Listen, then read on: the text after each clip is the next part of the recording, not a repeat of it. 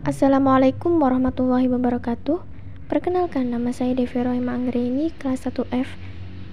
Di sini saya akan menjelaskan materi mengenai ijtihad dalam ushul fikih. Pengertian ijtihad. Kata ijtihad berasal dari kata ijtahada yajtahidu ijtihadan, yang berarti mengerahkan segala kemampuan untuk menanggung beban. Menurut bahasa, ijtihad artinya bersungguh-sungguh dalam mencurahkan pikiran.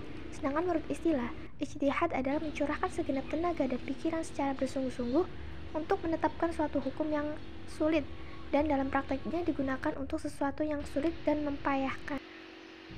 Berikut adalah sejarah dan perkembangan ijtihad terbagi menjadi beberapa bidang. Yang pertama, bidang politik, yang kedua, bidang akidah, dan yang ketiga adalah bidang filsafat. Dasar hukum ijtihad banyak ditemukan pada ayat-ayat Al-Quran dan hadis Nabi SAW yang nas-nasnya memerintahkan untuk menggunakan pikiran dan akal serta mengambil iktibar atau pelajaran. Dalam Islam, akal sangat dihargai. Banyak ayat-ayat Al-Quran yang menyatakan suruhan untuk mempergunakan akal, sebagaimana dapat dilihat dari terjemahan Quran Surat Al-Anfal ayat 22 dan Quran Surah An-Nisa ayat 59. Adapun untuk mempermudah pemahaman, kami telah membagi sumber-sumber landasan berijtihad yang bersumber dari Al-Quran dan bersumber dari hadis. Adapun beberapa fungsi dari ijtihad. Yang pertama, ijtihad sebagai sumber hukum ketiga Islam setelah Al-Quran dan hadis. Yang kedua, sebagai jalan pemecahan masalah yang berkembang di masyarakat. Yang ketiga, upaya untuk tetap mengkokohkan hukum-hukum Islam. Dan yang keempat, sebagai jawaban semua persoalan hukum umat Islam yang tidak ada secara jelas jawabannya dalam Al-Quran maupun hadis. Kedudukan ijtihad. Yang pertama, hasil ijtihad tidak mutlak atau relatif bisa berubah bahwa ijtihad tidak mutlak. Yang kedua, hasil ijtihad tidak berlaku umum, dibatasi oleh tempat, ruang, dan waktu.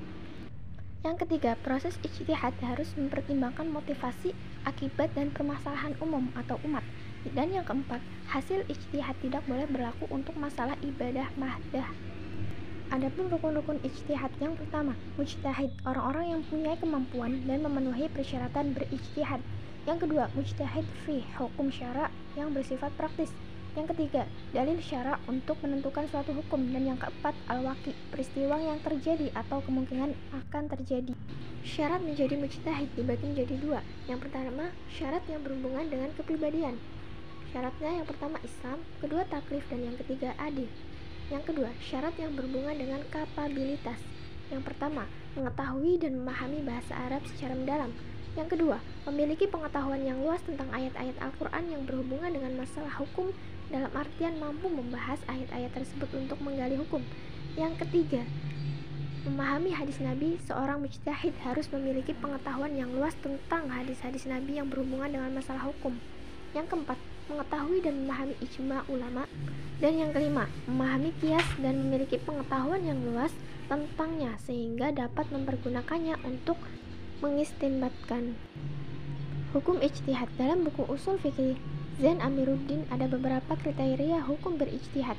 Yang pertama, wajib ain, yang kedua wajib kifayah, yang ketiga sunnah, dan yang keempat haram.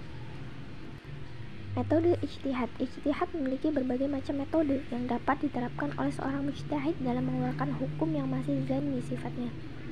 Dan dalam melaksanakan ijtihad tersebut, para ulama telah membuat metode-metode yang diantaranya: 1. Qiyas, 2. Ijma, 3. Istisna, 4. Masalah mursalah, 5. Urf, 6. Istishab, dan yang ketujuh zat al-zari'ah. Adapun tingkatan-tingkatan ijtihad. Yang pertama, ijtihad mutlak atau mustaqil. Yang kedua, ijtihad muntasib. Yang ketiga, ijtihad mazhab atau fatwa yang pelakunya disebut mujtahid mazhab atau fatwa. Dan yang keempat, ijtihad di bidang tarjih. Sekianlah pemaparan materi dari saya. Kurang dan lebihnya saya mohon maaf. Wabillahi taufiq wal hidayah. Wassalamualaikum warahmatullahi wabarakatuh.